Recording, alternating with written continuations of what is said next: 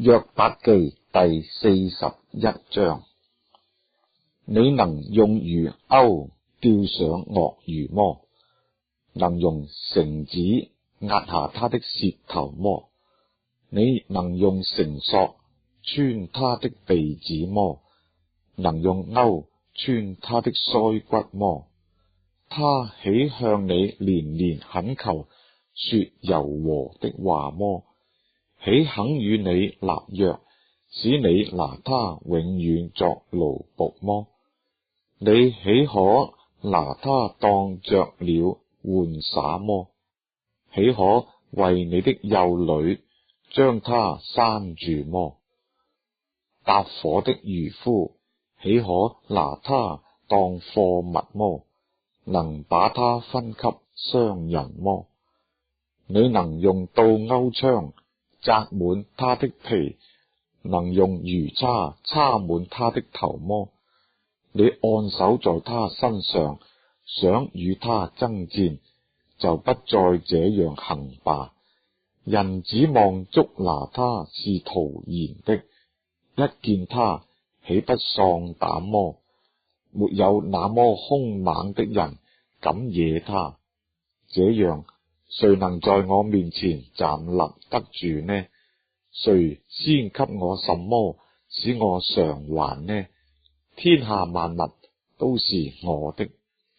論到鱷魚的肢體和其大力並美好的骨骼，我不能緘默不言。誰能剝他的外衣？誰能進他上下牙骨之間？誰能開他的腮頰？他牙齒四圍是可畏的。他以堅固的鱗甲為可誇，緊緊合閉，封得嚴密。這鱗甲一一相連，甚至氣不得透入其間，都是互相聯絡，交結不能分離。他打噴嚏就發出光來，他眼睛好像早晨的光線，光線原文作眼皮。從他口中發出燒着的火把，並飛迸的火星。從他鼻孔冒出煙來，如燒開的鍋和點着的蘆葦。他的氣點着煤炭，有火焰從他口中發出。他頸項中存着勁力，在他面前的都恐嚇掹跳。他的肉塊互相聯絡，緊貼其身，不能搖動。他的心結實如石頭，如夏磨石那樣結實。他一起來，勇士都驚恐，心裏慌亂，便都昏迷。人若用刀、用槍、用標槍、用尖槍扎他，都是無用。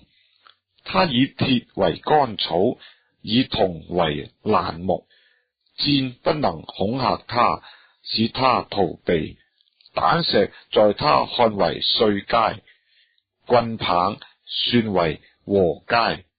他嗤笑短槍手的響聲，他肚腹下如尖瓦片，他如釘耙經過淤泥，他使深淵開滾如鍋，使洋海如鍋中的膏油。